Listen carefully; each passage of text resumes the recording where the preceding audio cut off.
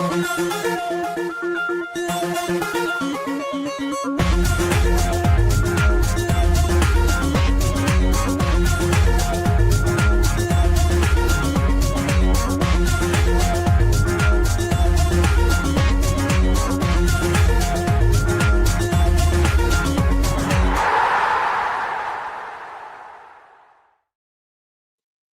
evening, good evening, good evening. Who packs your bags and drives you right up to the door and then slaps them out of your hand and said, "You're going home anyway"? It's us, Thursday Night Pod, ASTV, American Scouser TV, Thursday Night Podcast. After a week of shenanigans in the transfer market, we're joined by Suzy and Brian. How are we, gentlemen? Doing great. Good. How are you doing, Macka? I'm doing okay. I'm doing okay for no sleep in 24 hours, but that's where the madness starts. At least you turned up, unlike some people. Before we start, I think a big good morning to Adam Bourne, nice Irish name there in the UK, 1 a.m. over there, and Hassan is back with us again. Good to see you again, Hassan. So here's what we are going to look at today, because it's International Week, International Fortnight. I don't know what it is. It's just dreadful anyway. Alan Walnut says good evening as well, and a big cheery hello to Alan too. But here's what we look at. We look at the ramifications of the transfer business, the yays and the nays of it all, and a lot of drama, especially on the Liverpool front. But, you know, we can look at other transfers as well that aren't necessarily Liverpool related. We'll do a little thing. We now have two viable top-notch strikers. So we might have a look at what individually where we might play players, who we might pick for our best 11 if we were Arnie Slot, and we're bold enough to be that, and probably handsome enough as well, but we don't have the coach badges. And then the Champions League squad list, which I'll have to pull up somewhere, but the main point of it is Chiesa not being picked for and what the ramifications of that are. And then maybe a little quick to end the night, a grade for the season, even though it's only 3 league games in. We can summarize everything up so far, what we've seen and what we want to see different after the international break. So first things first is the transfer for Farrago. There's Guehi ruining the day. He ever was a nice guy, and any nice guys out there will know exactly what we mean and what he feels. Did everything right by the book, Suzy and Brian, and then got the heave-ho in the wrong direction in any case. Isak kicks up a fuss and gets his move to Liverpool. On the Discord channel, which everybody should be signed up to and joined in, my opinion is we should have had this deal done earlier. We should have had this and Isak done when we did Frimpong and Kerkez and Wirtz. Leaving it to the last minute left us open to this happening. What I'm pretty sure I remember Suzy saying this. What I don't understand is why they didn't sign a pre-contract anyway and just say, right, we'll take him, but you can have him till January. That means everybody gets what they want. We get our player. You get your 6 months or 4 months or whatever to get replacement. If he gets injured, that's 10 million off the price we're paying you. In all, we start the first half of the off season, gentlemen, being very delighted with Richard Hughes and co. on the transfer business, and by the end of it, we got Isak after a long protracted ordeal, and we didn't get Guehi. So we are now stuck with an Italian beanpole who's never played in the Premier League, and a Kanate who can either be the best defender in the league on his day or the foul machine, the penalty kick creator, and generally, how did we pick this guy off the street to play? So we could be in a bit of bother if we get injury hit at the back. But what say you? We'll start with Suzy. What is your opinion of the whole transfer window, and especially those last few hours? I think it's like you and Kazi both allude to, both Hughes and Edwards being the smartest in the room, and it'll come back to bite. But I'm the most sought after sporting directors in the game, and that's for a reason. I think with Guehi and Isak, the deal's already done. We already agreed the contracts with Guehi and Isak, and I think that's what those are the weapons that we came into the transfer window with. in regards to them two. And it's like I said the other day as well, the calmest people in the room will probably use an Edwards while everyone else is losing their heads around him. I don't think as smart as Edwards and Hughes are, Parrish is probably the dumbest person in the room, because instead of being there and spending the last 18 months looking for a centre-back. It's apparently in the gym.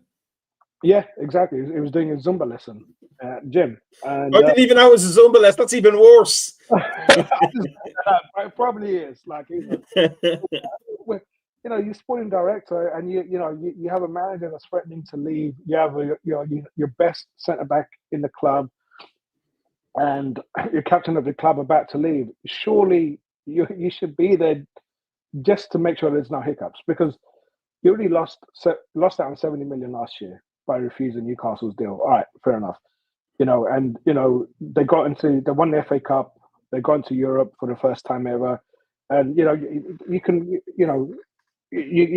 take that money. You can take that hit because it was worth it. But now that now that they're waiting until January, that's another 10 million probably taken off, or at worst nothing next season for an English international, and that's all on Parrish. As much as Glasner threw his toys out the out of his cart and whatever, I don't blame him. He's a manager. He wants his tools and he wants to be able to use them, and if not, give him his replacement. And they had 18 months to do so. They already knew, just like we knew with the Snake, he wasn't going to sign another contract. And Gehi wasn't going to sign another contract. He said he's not signing another contract. So you had all that time, and there's so many centre-backs out there that they could have got to replace him. They don't need a world-class one. We need a world-class one. They didn't need a world-class one. They need someone that's going to be able to keep them up and help them fight relegation. And there was so many out there, even someone like Jonathan Tah for free. Just get him. This is all on Parrish. And I think probably using Edwards was just astonished that Parrish was so stupid to let this get to that, where they even lost out on ego. Like, this ego guy, he chose West Ham over a club that's in Europe. I mean, I don't even, none of that makes sense. It just doesn't make sense. And Gehi, what we know about him, all his beliefs and the way he's brought up and everything else, I think he's probably one in a million compared to other players out there now, with all the money that's involved and everything else. And he tried to do everything the right way, and he did do everything the right way. He was as professional as it comes, and he's the one who got screwed over, while everyone else, all the other players were demanding their leave, going on strikes. It wasn't just Isaac. It wasn't just Wisa. Gyökeres did the same, and no one wants to talk about that, but Gyökeres did the same to move to Arsenal. But Gehi, the nice guy, like I said, he came in last, and it was naive on his part, and hopefully it doesn't backfire on him. And I'm hoping. I think with Gehi, it's similar to the Van Dijk. There is no plan B. We want him, and that's it. And that's what we did with Van Dijk. After we lost out on supposedly we lost out on Van Dijk all them summers ago. We didn't have a plan B, and Klopp was getting slaughtered, and FSG was getting slaughtered. Well, where's your plan B? Even Jamie Carragher's like, oh yeah, Van Dijk, he can't be the only plan. He's not going to change your defense, and everyone was wrong. So we want Gehi, and I think we're going to get him because he's the only player that we want. I think he's got that good relationship with us now. As much as Real Madrid, they're talking about Barcelona, Real Madrid, none of them, Barcelona can't afford him. Even on the free, they can't afford him. And if Real Madrid go for Gehi, it means they're not going for Kanate. So I think Gehi, he's unlike many players out there, he's a man of his principles. I think we end up getting him, and hopefully, we're getting 15 million less than what we were going to pay for him originally. Well, here's my thing, Brian. As much as Parrish put the spanner in the works and it seems to be an incredibly self-involved, self-possessed, flashy Crystal Palace owner who thinks he can. It almost reminds me of Ian Ayre, actually, now that I think about it. Ian Ayre going off on his bike with 2 hours to go of a transfer window. But having said that, a Michael Edwards transfer committee has got form for thinking that they could do things at the last minute because we were the only bidders in there, namely with Mo Salah under Brendan Rodgers, and kind of thankful for small mercies, because who knows what would have happened if we got Mo Salah under Brendan Rodgers. We probably would have sold him a season and a half later because Rodgers didn't know what to do with him. But we got our man in the end. But it's always, for me, it's always an opportunity cost of what you lose by not acting early. And I'm only kind of concerned a little bit because I read something today on one of the Celtic FC forums, because they're having absolute barnstorming protests against their ownership, because apparently they have a habit of going in for a player, and bearing in mind they're paying like 10 million as an expensive player, going in and making an agreement that like 10 million, and then coming back in the last few hours and saying, well, we'll give you 8 million now because you can't get a replacement, and we're the only bidders. Like trying to be too smart about it on the balance sheet rather than remembering what you're actually there to do, which is to win trophies and win football games. Other clubs got their business done early. The Arsenal weren't scrambling to get a centre-half at the last second, or have a centre-half knock on their door before going, I have to go back. I left the oven on. I got to go back to Crystal Palace now. So to me, there's still a sense of, there's as we said before on this show with Cosy, there's a sense of, here's the thing you need, so just go get the thing you need. Don't play games with it, just go and do it. Real Madrid goes and does it. Barcelona goes and does it. City goes and does it. Well, obviously they can pay for it to do it. I'm not even sure whether I'm being grammatically correct, but am I clutching at straws to say that we maybe dropped the ball a little bit on this one and took Isak a lot longer or a lot closer to the line than we maybe needed to? I think really the Isak thing right there was more on the Saudi ownership. I don't think they wanted to sell him. I think that was the ultimate thing, and it went down to the point where Isak said, "I'm not playing for you." Basically came there and put the club through the ringers right there in the press. I mean, they forced to move. So I mean, I think that was going to wind up being at the end of the window anyway, because they tried every last minute effort they could to keep him at the club, and it never happened. So I mean, I don't really blame anything on that right there. I think that was just part of what the process happened right there. The gay thing right there, I mean, I really think that we could have probably come out there and done something a little bit different with that. I know that we probably sent Kwanzaa to Leverkusen more as a sweetener right there to try to go out there and make sure that we were able to get our 2 transfers across the line with them. But we still have assets that we could have probably went to them. We could have sent Nalo to them. We could have done a lot of different things like that we could have done. Could have sent Joe Gomez there. I mean, there's things that we could have done right there in the process right there of trying to go there and give them a steady person to go by as their center half.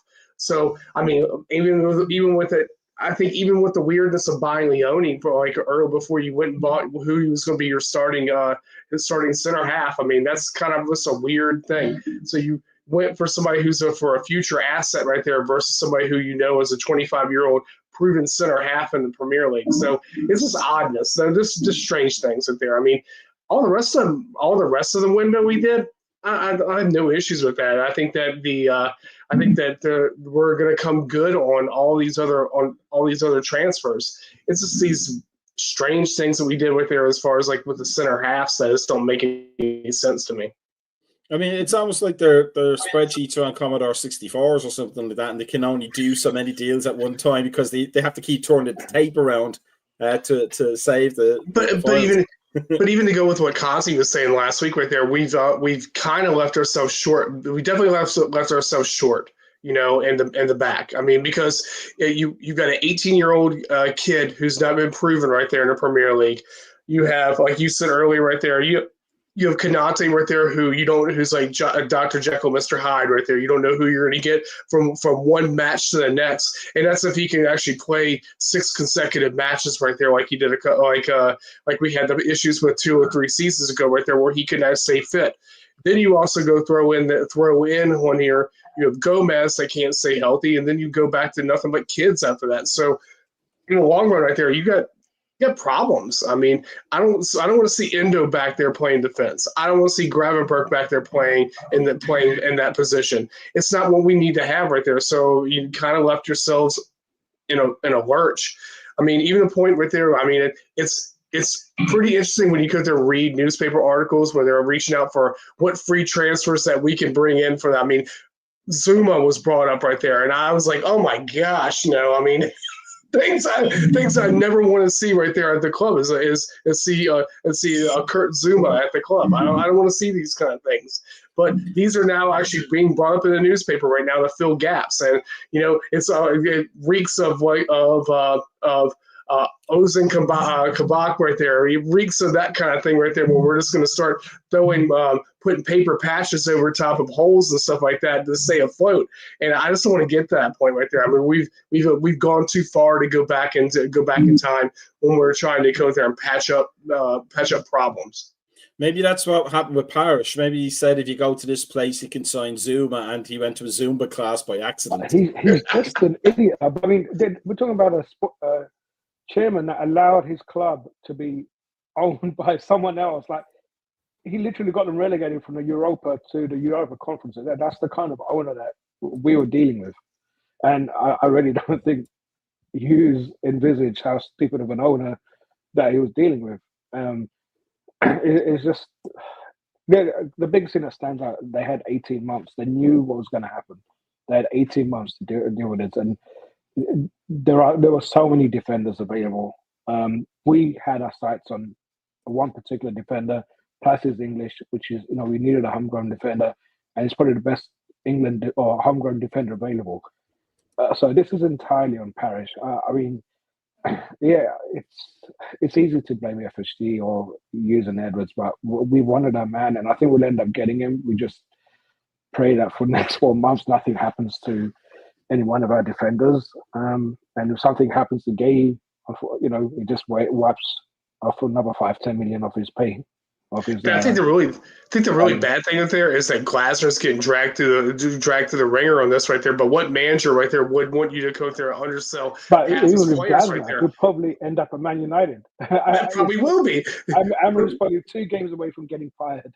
So, I mean, but I mean, what manager wouldn't complain right there? You just sold Izza, and now you're going to go turn around and go and sell Gay right there. Okay, so what do you want me to do when you don't give me the tools to win? What do you want me to do? I would probably the point right there and say, hey, guess what? I'm done. I'm done with this. And so I don't blame Glasner. I think that this, like you said right there, this is all Parrish's issues. But here's what I don't get though. Why are we absolving the transfer people who are in charge of transfers for not getting the deal done earlier? I mean, it wasn't like they decided on Friday they needed a centre half. I think it was Parrish dragging his feet on this. I know, and I really think that like what Sir Z was saying. This is, I mean, was he dragging his feet in June? I agree, but the thing is, their transfer committee could not find a replacement for a player they knew who wanted to leave, and that's what kind of happened in the whole thing right there is that, and the whole thing fell apart in that whole point. Even in the last minute, this Igor guy, but even the whole window, they couldn't get anybody to come in. They could not get a center half to come in there. Yes, there were plenty. But that's what I'm saying though. We'd have done it in June. We could have given him Kwanzaa as a sweetener. I agree, but I think the Kwanzaa thing was already wrapped up right there as a sweetener right there to Leverkusen to make sure that we can go sign Frimpong and Verts. I think that we came there and I think it was something that we had a mutual handshake. I know they said it was 2 separate deals, but I think it was all kind of tied in together. I think the Gahey thing, we already signed this. He already agreed to his contract with us 5 weeks ago. I think that's what it was. I think that's what we relied on, or using Edwards relied on, like almost a guarantee that it doesn't matter who comes in. Gay's already signed his contract with us. They just didn't envisage the stupidity of Steve Parish. They should have. They should have, yeah. But let's not dwell too much on the ones that didn't make it in. Let's talk about the ones that made it out. Jared Kwanzaa he's doing very good where he is right now. So there was talk on the Discord channel, which I didn't quite follow, about a buyback clause, etc. I mean, I don't think he's destined to be Virgil van Dijk Mark II or anything like that, but he could be. I'd say he has a seeding higher than Joe Gomez for sure. And it's just score more goals. And score more goals, yeah. But whatever plaudits we can give to Arne Slot, and we'll talk about this a little bit later, but he does seem to take a dislike to players, or disinterest rather than a dislike, and then that's that. They're just not in his frame of thinking. So that was a good move for Kwanzaa. It's working out really well for him, and I hope there is something in there that if he does develop, we can have at least first option to bring back.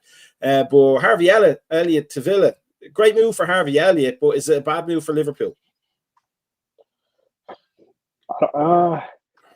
I don't think so. I think Elliott under Slot's system, obviously we can tell by last season, Slot really he didn't fancy him enough to have him as starters in our Premier League games. And even in the Premier League games, he was only getting like 15, 20-minute cameos at best. And now he's with a squad of players that weren't his. So now he's got his own players in. I think Elliott probably would have got less minutes. All credit to Slot. I mean, he doesn't want to hold players back. I mean, he's not like Guardiola or Taylor or even Man United with stockpiling players just in case we might need them. That's not the Liverpool way of doing things. We don't want to hinder someone's career just in case we need them. If there's a chance that he's going to get more playing time somewhere else and improve his career, and Elliott definitely has the potential to do so. It was good to let him go. I think it's a good deal all around. Again, another one with a buyback clause. So if in the end, 2-3 years time from now, we get him for 60 million, and hopefully he's reached the potential that he's shown on the club. But it was a good move all around.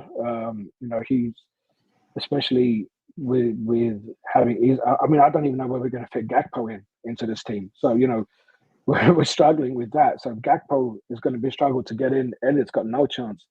So it was just a good move all around. I think with the Kwanzaa deal, another one. Buyback clause, 3-4 years time from now. We're going to experience quality centre back for 60 million, which is a good rate to go to get a defender at, and still young. So I think our outgoings have been good. You look at Diaz as well. It was just, I think all the sales that we've done have just been good all around. They've brought good money in. They've left the club. Apart from the Rat, they've all left the club with not burning their bridges. We've got good money for them, and they've all left winners and champions.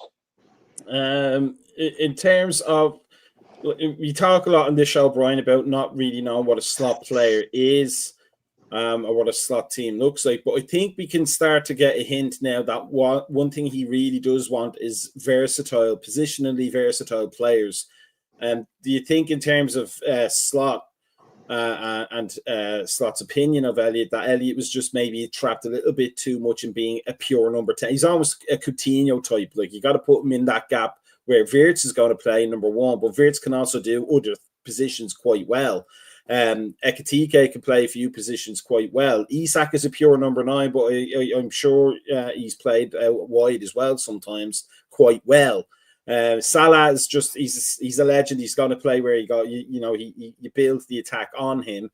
But Endo, I think, got more of a say, more of a look in than Elliott ever did under Slot, because Endo could play about 3-4 positions, not necessarily all well, but he's comfortable. He never looks uncomfortable, even if he's not the best in that position as a fill-in.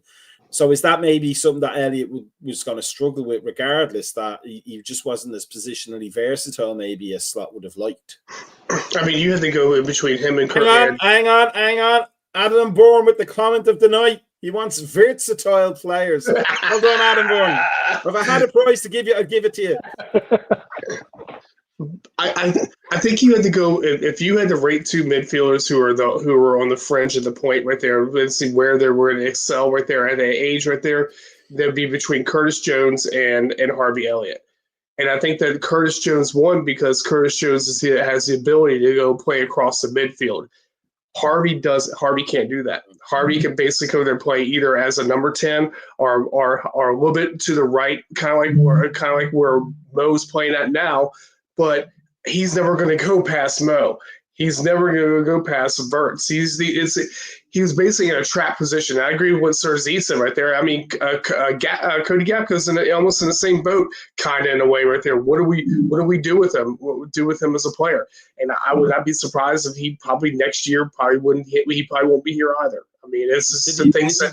Didn't he just sign a new contract? Does that mean things in the world? At least he sees he might see a future for himself or knows what the plan is. Correct. I mean, I think that the thing is with it is that the Villa move was a good move for Harvey. I think that Villa had a very good summer transfer window, in my opinion. I think that they have a good set of tools now. But I mean, again, right there also, Harvey's I agree with what Adam said right there. He's not the quickest player. I mean, and if you need to have a high transition type of play, Harvey's not that player for you right there. I mean, and so there's those things that go down the line. I think every sale that was made this summer, even if there's buyback clauses, we're not buying those players back. I mean, Kwanzaa, we're not paying $70 million for Kwanzaa. I'm sorry, that's not going to happen. And the guarantee for Harvey to sell for 35 to Villa coming up in the summer, that's going to happen. I mean, they're going to keep him right there. He's a young English player, and plus it fits the model. It fits the model of every English club. You have to have with a home player in there, and plus, I mean, so you have all these things ahead of there. I mean. Diaz moved because we changed systems. Diaz wasn't going to fit into the system. I mean, so we don't have to even go on about Nunez. We already know why that happened. I mean, so there's all these transfers that happened were meant to happen. So I'm good. I'm good with the window. I'm good with all the sales. I think we did what we need to, and we actually reduced down the actual total costs that we came through and spent this summer. And actually, Arsenal spent more money than us. Now, it brings us nicely on to the next part, the fun part of the night, because this part wasn't fun, obviously. It's all fun, but the funner part. So we now have dilemmas, except for the back. We now have a few dilemmas because we have more players than we need, more good players than we need, and then we can fit in to into the 11. So we're going to have a bit of fun. If this works. Yes, it does. Ha, ha, ha, ha, ha. So I don't know when. I'm hoping people can see that. Maybe they can't. Stupid stream out. But Ekitike is here right now. Gakpo's here right now. Salah's here right now. Wirtz is here right now. Gravenberch and McAllister here. Kanate, Van Dijk, Kerkez, and Frimpong, and of course Alisson in goal. So we get a chance to play fantasy football here. What we think our strongest 11 will be and who we would be dropping. So for what formation that would have to take up to make sure we get the best players in there. So have a think about that. We've got I think I have got the correct subs there. I think that everybody there is with us still. And I don't know if we've missed anybody out there. I'm using homecrowd.io. We're not related to them in any way, shape, or form. But it looks like a very good little app for formations. So, for example, I mean, I would take Gakpo out there and I'd put Isak there in his place. Because I'm such a ornery doddery old fool, I'd play a 4-4-2 with Isak and Ekitike up there. I'd be quite happy to do it, even though Ekitike can play it on the left and we can preserve our 4-2-3-1, 4-3-3 hybrid.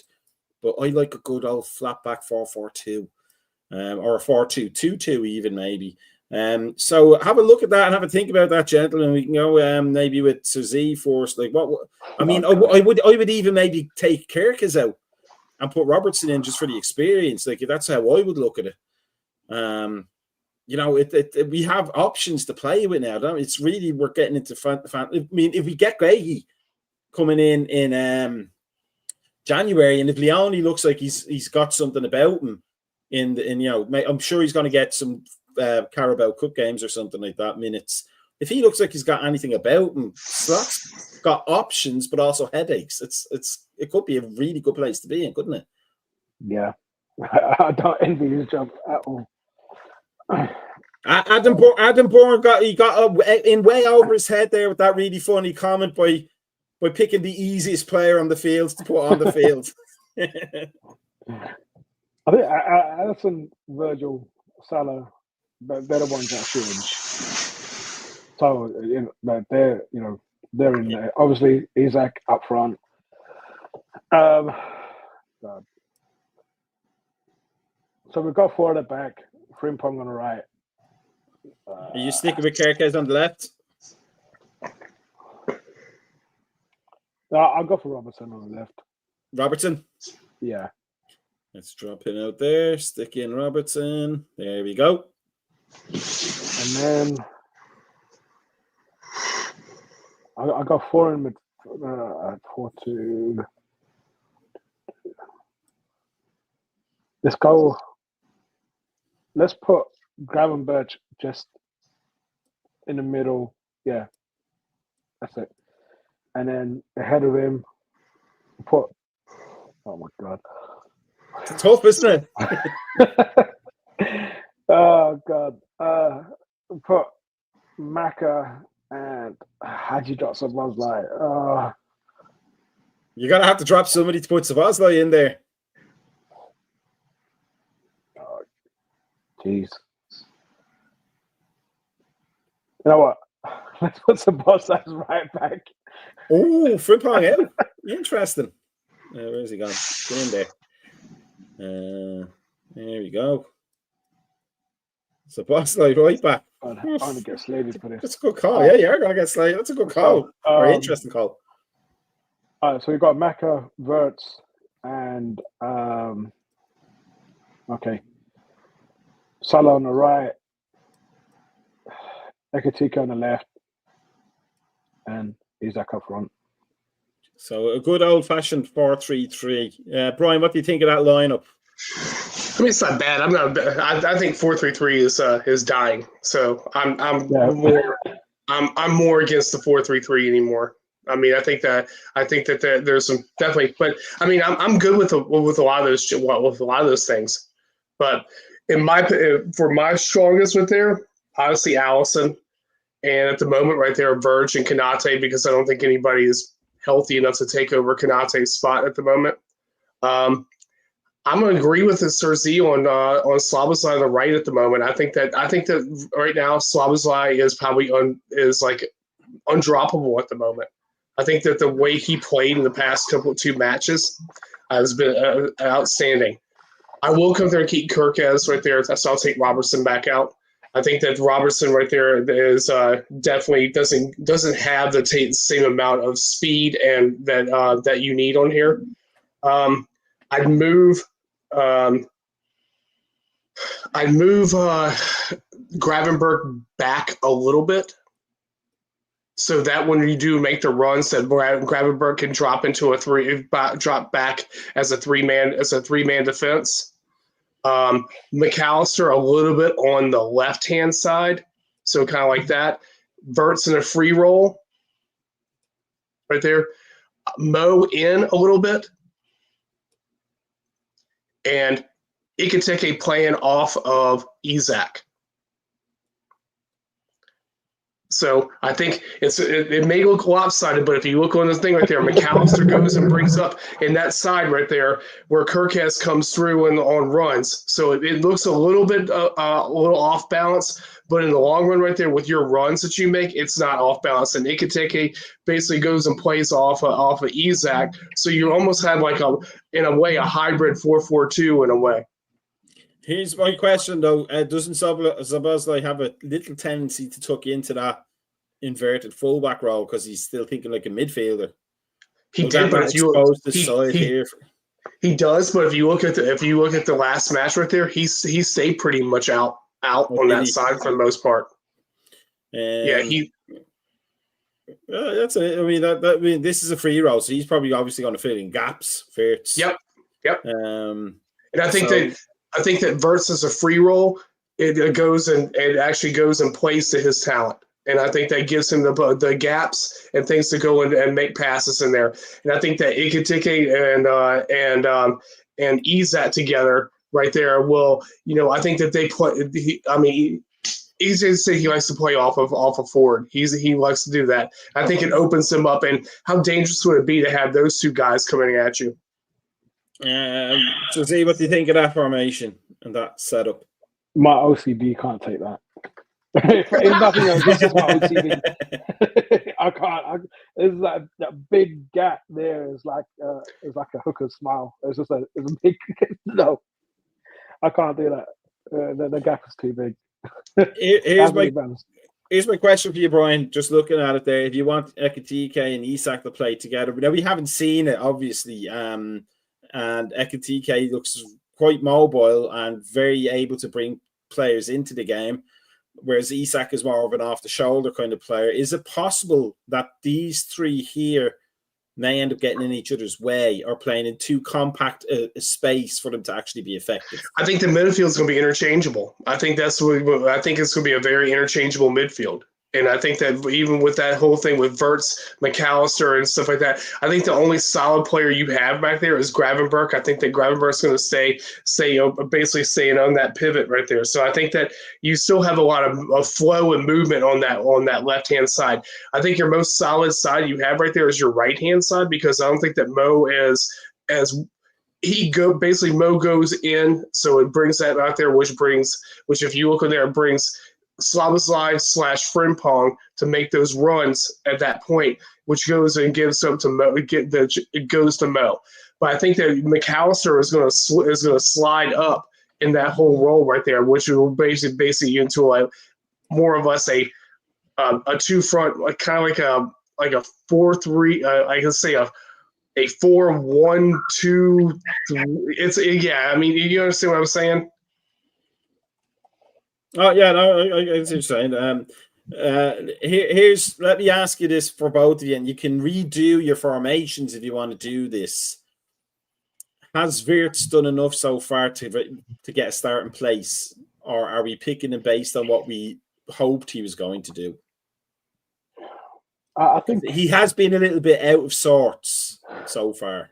Flashes, but not what we expected to get and what we saw in the preseason. And not to be the old codger again, but it kind of reminds me, and I fully believe he has a higher ceiling, but it kind of reminds me of Nigel Clough when he signed for Liverpool. All those nice little touches for his previous team, but couldn't bring it to that next level and never settled. Not that I think that's going to happen to Wirtz, but so far in the 3 games we've seen him, he hasn't really taken the game by the scruff of the neck like we hoped, has he? No. I mean, he showed glimpses in the Arsenal game in the second half. I think he's come in the three of the toughest games. Bournemouth, they're no mugs and they're constant pressure. Newcastle, again, probably the most physical team in the Premier League. The Arsenal game, definitely the first half, no one really played well apart from our defense. So I think it's hard to judge Wirtz on the first 3 games. I mean, definitely in the second half of the Arsenal game, Wirtz started showing what he's capable of, and he left favorite player Rice for dust a few times. So and you can tell he's. I think his body needs to adapt to how fast the Premier League is. As I was saying, he was getting cramps in places he never knew he had. So I think definitely once he gets used to the speed of the game, I think he'll come good. I think that they were three of the hardest games to start the season off with. And for someone like Wirtz, I think it's a little bit harsh to judge him on no 3 games. I think if out of the first 3 games, if it was like someone like Burnley or even Man United, then you think, okay, we expect a bit more. But the first 3 games were tough games. Let me throw a little puzzle, a little dilemma to both of you, or at least to Brian here. What if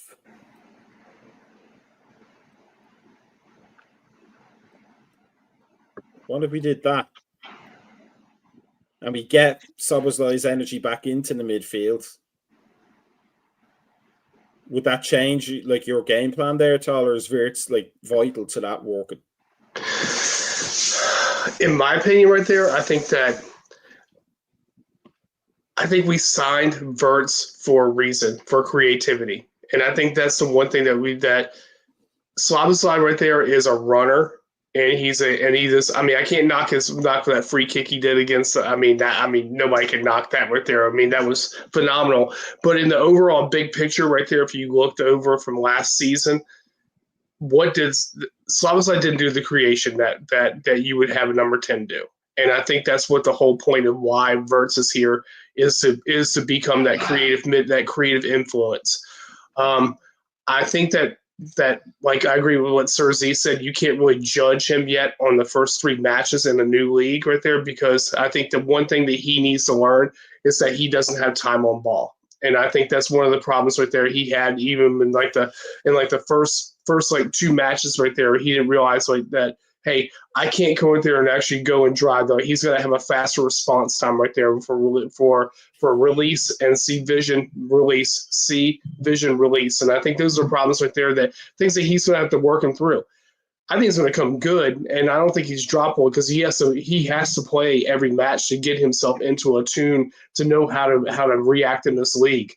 I think that again, Szoboszlai right there being interchangeable with him in certain matches, yes, because I think that we're going to come across matches like Burnley, those type of matches right there where you're like, those away matches are always tough to play and things like that. Not that, I know they changed a lot of their formation, but going to like that and going against the low block and all that, those are things right there that he's going to have to learn to do. And that's one of the things where you're going to need to have a different type of player to come in there to break those low blocks.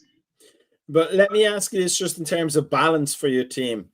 If we have Ekitike and Isak essentially playing as double number 9s or a 9 and a 9.5, and McAllister is the 10 essentially, do you not think you maybe need this runner to cover back? Because Wirtz, it's not that he's lazy or anything like that, but he doesn't have the same energy. Would you be happy with the risk of Wirtz being here? And missing that energy in midfield, knowing that you have 2 goal scorers, and kind of the flip side of the Wirtz argument is that Ekitike is taken to a duck to water.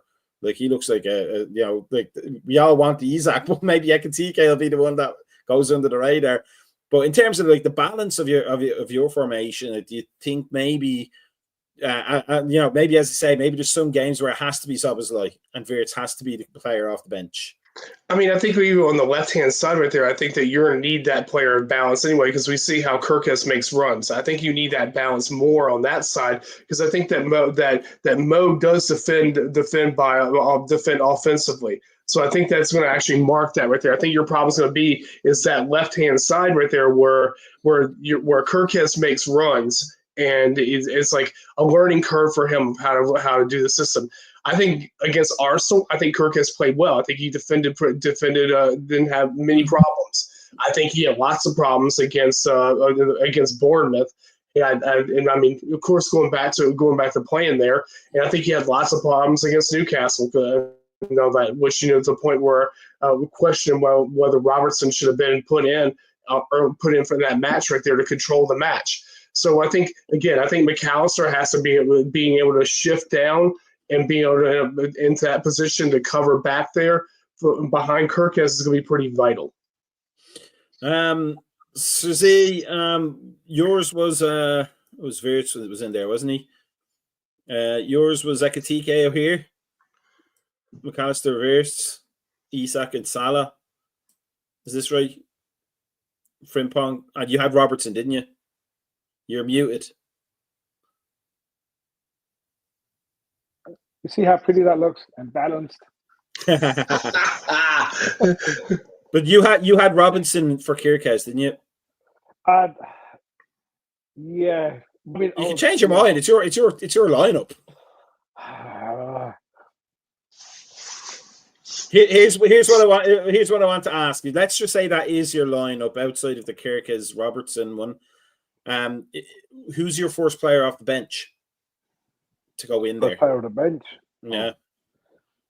Let's look at who the bench would be right now, minus any of the academy players. First player for me will be Gakpo.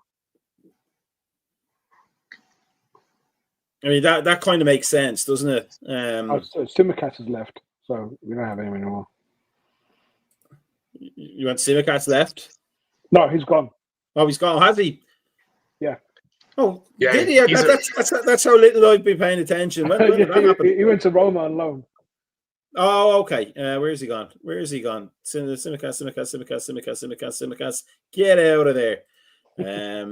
So Gakpo for who? For Ekitike or depends?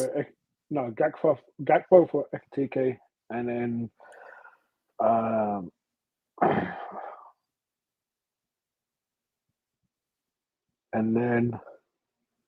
So let's put it to make it a little bit easier. That's your first attacking sub. Who's your first defensive sub? Oh, Kirkes for Robertson. So so Robertson starts, Kirkes on. Yeah, the left. Let's get back to yours. Yours was him here, McAllister here. Sirzi's OCD gone through the roof. Did you have Szoboszlai here, Brian, instead of Frimpong? Yep. Let's make that. Nice Szoboszlai there. Yep. Szoboszlai back there, and wide and Salah tucked in. There you go. Sorry there. Oh God. Who's your first attacking sub for your front five? Gakpo for Ekitike. Gakpo as well, yeah. What about? Because I think he could actually still play off the 9 also. I think you're right. He can do that, can't he? And he's done that before. Yep. And then my first defensive sub is Robertson on for Kirkes. No look for Joe Gomez at all, Brian. I'm going to tell you. Is he available? Is he available? True, yeah. I'm going to tell you, and I, as we discussed here, I never buy into the age thing. But Leone for Konate would be my first defensive sub.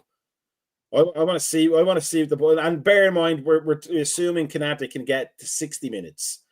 So you're not looking at a full 45 or a full like 90. Maybe I don't like changing centre backs. I don't like changing centre backs unless you need to. I mean, we all criticize definitely how Kwanzaa got yanked out right there from the first match right there because it throws the whole thought process around out the window right there. I totally agree with what Sir Z said right there. I hate swapping out center halves. But did he not start that game when he got yanked? Kwanzaa did right there. He was. No, I'm saying throw Leone on with like 10. Oh yeah. I want to see what Leone does in the Carabao Cup against Southampton. That's why I really want to see what he does right there. And then I can really judge. I mean, the way from what Slot's comments were on there, he's highly rated, and that's why they spent the money right there to bring him in. And he says basically an 18-year-old with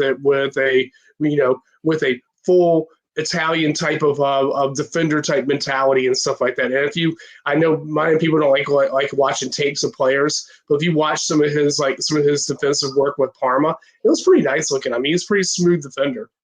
I think I had Frimpong, didn't I, as fullback for my traditional 4-4-2. There you go. We're getting into it, lads. This is how it's done. And I kind of agree. None of your Dirk technic nonsense. And I wouldn't mind a box 4 either. I think a box 4 actually wouldn't be a bad thing right there with us, with how we can play. I think the biggest thing right there is the fluidity right there that this side has right there because of what the players you have. So I mean, if you go out there run a 4-2-3-1, I mean, you could go out there run that. You can move things around. I think that we have the ability right there. And I was telling somebody, a Chelsea supporter at work, in here, that we have the ability to come out there to change into a 4-4-2, 4-3-2-1. I mean, and multiple things out there we can do with this side right there because of the amount of players we have. And I think that's what Slot was kind of getting at right there, was having utility men who are able to go and move into different spots. Hence why Luis Diaz is not on the side, why Harvey Elliott's not here. These are basically players right there who are specialty players that can play on one position, and they can't come and go across the board. I know we got Mo, but Mo's Mo. I mean, it is what it is. I mean, Mo's going to play till Mo's ready to leave after next season. So I mean, that's the thing right there. But having all these players right there being able to interchange amongst each other, it makes more sense right there to if you need to change a formation with the snap, you have the ability to do it because all these players can play in different spots. My sub will obviously be Darwin Núñez for Ekitike, so I could get that hat trick finally. We just borrow him for 90 minutes. But interesting exercise. But as Alan says, like chess is harder. I mean, I don't envy Arnie Slot having to make these choices, but he has shown that he will make smart choices. They're not just changes for the sake of change. Even if we don't always agree with them, and especially not Cozzy, we won't necessarily suffer for changes, and not at least in the Brendan Rodgers style. Now, one player we didn't mention as being a sub, because we don't know how long he's going to be here for, but this chap here, Chiesa, not in the Champions League squad. There he is pointing at the Champions League squad list to see if he's on it.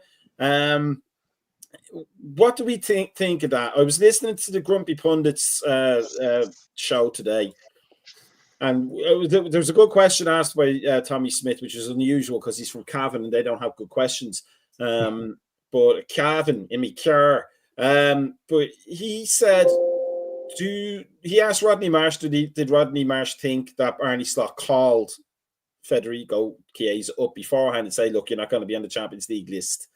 Do you think this will have been handled well, Susie and Brian? Do you think he was informed, maybe given a reason? Maybe it's a homegrown player thing, or maybe it's so he's not getting tied up, because the Champions League goes on after Christmas, doesn't it? The league stage into February. But if he gets an offer in January for a team in the Champions League, he won't be locked up for the last few games or whatever. He'll get a chance to play if he goes to an Italian team or something like that. Do you think there's at least a magnanimity to him not being in this list, or is it really that's the final nail in the coffin? Like you can come out and score goals against Bournemouth, but let's both be clear here. I'm going to get rid of you as soon as I can. No, I mean, whose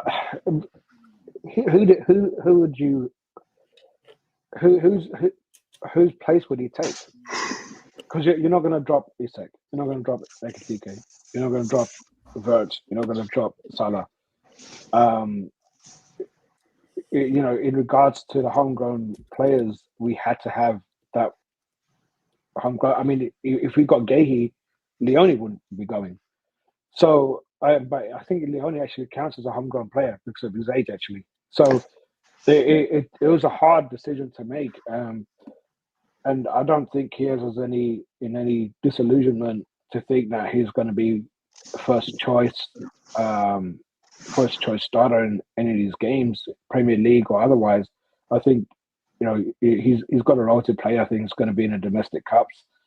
I'd like to think that I spoke to him before the squad was announced. Obviously, we want to think that Slot's got some credibility in regards to doing that, just to treat him as a human being first and foremost. But I don't see what other decision we could have made. where you can squeeze Chiesa in. We need 3 keepers just in case anything happens to Allison or Marmalade. So we need that 3rd keeper, regardless of whether we use him or not. He's just a victim of circumstance, the way the rules are, and I don't think his ego is that big enough to be under any disillusionment that he's going to be ahead of Isaac, Ekatike, Salah, Verts, or Macka, or any of the others. I just hope he gets his fair chance in the league and obviously the cup games. Looking at the squad there, I mean, Leone's in it. Would that not, like, if that was you, Brian, would you not take the fact that a 19-year-old who literally just walked in the door is in the Champions League squad ahead of you? Like, would you? I mean, he seems like a very emotionally well-balanced chap, to be fair. He's almost kind of like Shaqiri. You never see him sad or mopey or anything. He's always happy. So, clearly he's on drugs, allegedly. Would that hurt his ego, do you think? Or does he know what the lay of the land is, do you reckon? And he's just like, it is what it is. I mean, he's professional. He understands what it is. I mean, again, like I echo what Sir Z said right there. What other attackers would he go ahead of? I mean, because Rio is basically a homegrown player, so that doesn't really count right there. But you can't put him above Ikitake or above Isaac. Or you can't come there and put him right now above a Gabco. I mean, you can't put him above Mo. So, I mean, what do you do with him? I mean, with that, I mean, he understands what his role is in this squad. I mean, we basically came there and rescued him from a situation where he was basically going to be in isolation right there in Italy anyway. So, but I don't think that this is the end of Chiesa. I think Chiesa will be here till next summer. And I think that after that right there, I think Chiesa will probably go.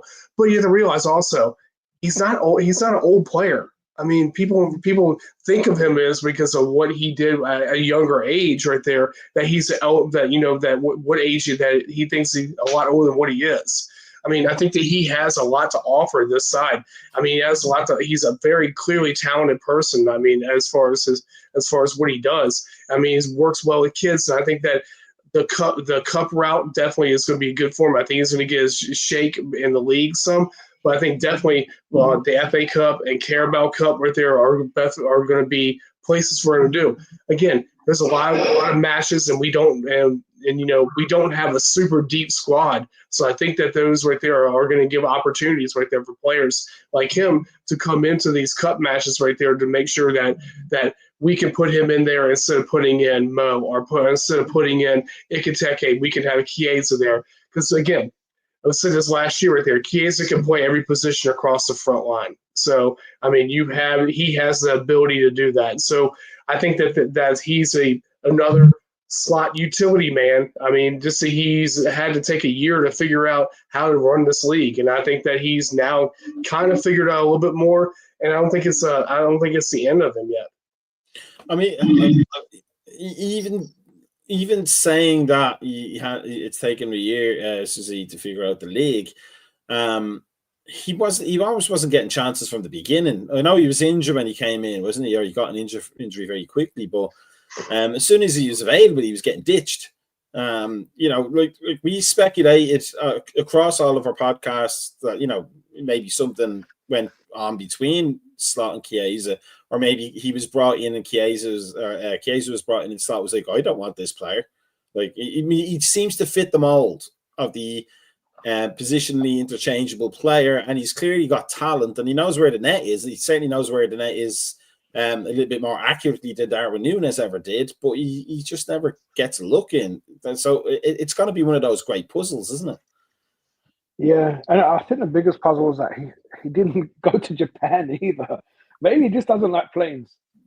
And we're just trying to say the embarrassment because we took Diaz to Japan.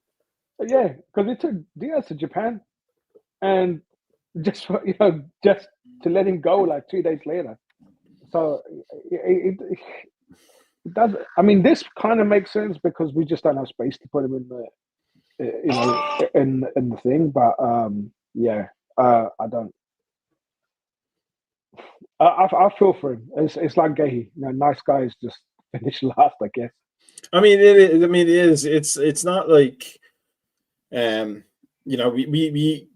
we gave Darwin Núñez some criticism for his technical skills on this show, but we never, ever doubted his tenacity and his effort for Liverpool. It just wasn't directed in the right places.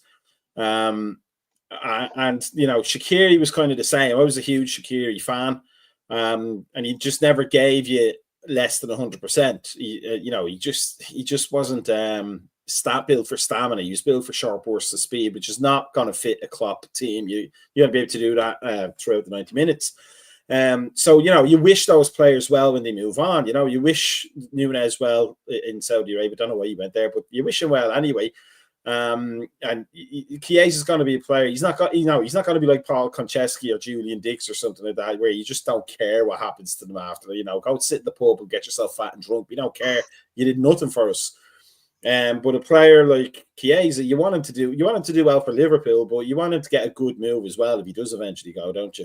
Oh, absolutely. I mean, I think again, this league is a difficult league to navigate for Italian players. It really, I mean, you think it's every time, yeah. Unless you're Attilio Lombardo or Gianfranco Zola. Yeah, I mean, you think, I mean, because again, it's I mean, we've had our Italian player that's been here, and he basically came there and it didn't work out. I mean, it didn't work out. I mean, through there. So again, he's a guy right there. I think with Chiesa, he glows, and that's it's one of those guys right there. That he always looks happy, like you said right there. He glows on the pitch, and I think that you want nothing but success for players for like him. I think the Juventus move probably was a bad move for him, and I think that's what happened in there. And I think that even his talent right there they basically were just ditching him. So I mean that's it. I got you, boss, right there. But the Italian defenders are different than the Italian forwards, boss. They certainly are. But still, for our show, at least we will always have Attilio Lombardo and his bald head, and Gianfranco Vialli. And his bald head. Basically, if you're bald and Italian, you're going to do fine. So let's move on now before we end the show tonight. It's only been 3 games, but if we take everything into consideration, the 3 games we played, the pre-season, the transfer window, the atmosphere around the club, the success of the transfers we brought in, what grade would you give for the first international break? What not even a midterm, what pop quiz grade would you give our season so far? And when we get back from the international break, Brian and Suzy, what do you want to see more of? What do we want to see improvements on when we come back? We'll start with Suzy there because we lost you for a few. I think if you take the performances out the picture, then obviously a 9 out of 9 for your first 3 games. You can't ask for anything more. Given the performances, A-.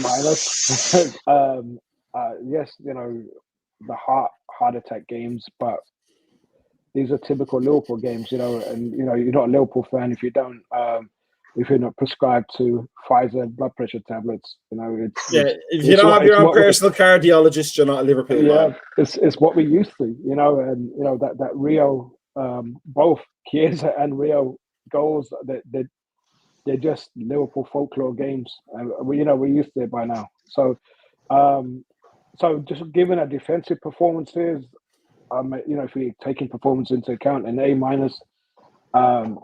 If we're just looking at results itself, then obviously 9 out of 9, 100% first 3 games, given the opposition that we've played as well.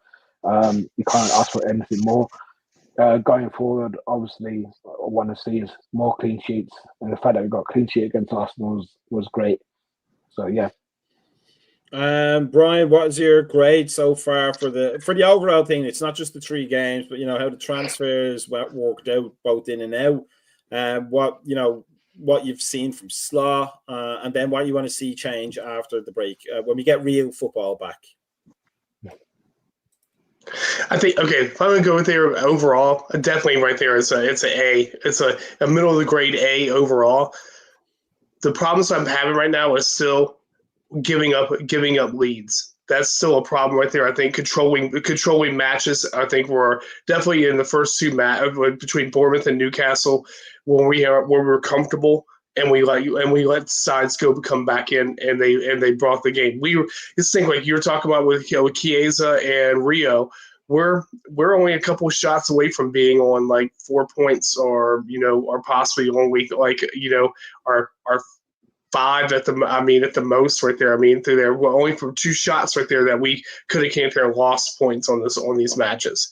So I think what I really want to come out there and see in here is more cohesion on the left side with Kirkes, which I did see in that part in the Arsenal match, which I thought looked a lot better. And I thought he was actually somebody actually, my comment was somebody pulled him by his shirt on the training pitch from Brockhorst, basically said, hey, guess what? You don't need to be all the way up there every 5 seconds. And it basically controlled his runs. So I want to see controlled runs, and I want to see us come up there and be able to manage games a lot better right there so we don't give up 2-goal leads like we did twice. And I think those are issues right there that we can get resolved. I'm going to give this a B plus rather than an A because I don't like no clean sheets. I always like good defenses. And what I want to see is just more Wirtz. I want to see Wirtz do the thing that we saw in the preseason because I think if we can get him to do his Thiago type magic with Isak, Ekitike, and Salah, McAllister making runs, Frimpong making runs, Kirk is making timed runs. I think we could be the Newcastle, the Kevin Keegan Newcastle that won the league. Because they were actually quite good defensively. People forget that. They were actually quite good defensively. They had Philippe Albert back there and his little moustache. That was a very good, it was a very good team. But I think as Dimitri says, it's a market champions to play scrappily and get the 3 points. Mm-hmm. But as I said before, I still have a fear that it's a lot like the 2001-2002 season, 2002-2003 season, pardon me, under Gerard Houllier, where we were 8 games in looking like we were league bound champions and then all fell apart. Oh, you can have so much PTSD about that season. And it's all El Hadji Diop's fault. It's El Hadji Diop's fault. Especially after that cup trouble out of the year before too, and then go into that. Yeah, that was rough. But all the same, we're kind of still carrying on where we left off, which is good. Like we're doing what so many teams other than Manchester City have failed to do, which is build on the season before, which is a good thing for us. And Arsenal have shown Arsenal things. City look like they're having a poor-ish season by their standards. Tremendous effect, intensity. Yeah, it's what was I going to say? It's in our hands to do something special. So we'll hopefully continue that going when we get back to the real football, not this fake nonsense they have, this artificial intelligence nonsense they keep putting on television. We play. You know what they should do? They just should have like that. What was that computer? That was that soccer computer game that wasn't FIFA back in the day. It was a Pro Evo. Pro Evo. Where they didn't have the right names. I was like, Roy Kane, Stephen Gerrard, Merseyside Red. Merseyside Blue. Yeah, that's right. Yeah, maybe we should have that for international weeks. But having said that, AJ knows what we're on about. Pro Evo, a better playing game than FIFA, but not quite the same. Not quite the same. But let's finish off that nonsense because we're all middle-aged men, handsome middle-aged men, but we got to put the toys away eventually. For everybody, thank you for joining us in the comments. Make sure you're liking and subscribing. If you want to know how things are going and what's going to come up next, you got to do this. You got to follow us on YouTube. You have to follow us on Facebook and Instagram and X and Blue Sky and Mastodon and the bulletin board, and then that little thing in the library where people put jobs that you pull tabs off. You got to follow us on that as well. Otherwise, you won't know what's happening. Brian and Susie, let's all get some sleep because it's been a tiring week. And we have, I believe, we have the Friday morning coffee show tomorrow morning. So tune into that, and then we will have the Monday show, Monday coffee and Monday podcast next week to walk us into the real football, slowly tiptoeing through the tulips back to reality, where we can see exactly how Isak can score a hat-trick in 5 minutes. And that's all he's going to get. And that's all he's going to do. And then Darwin Núñez will cry because I wished that for him for so long. And it never happened. So everybody have a good one. Be safe on the roads. Peace out. Enjoy your weekends. Here comes some funky music.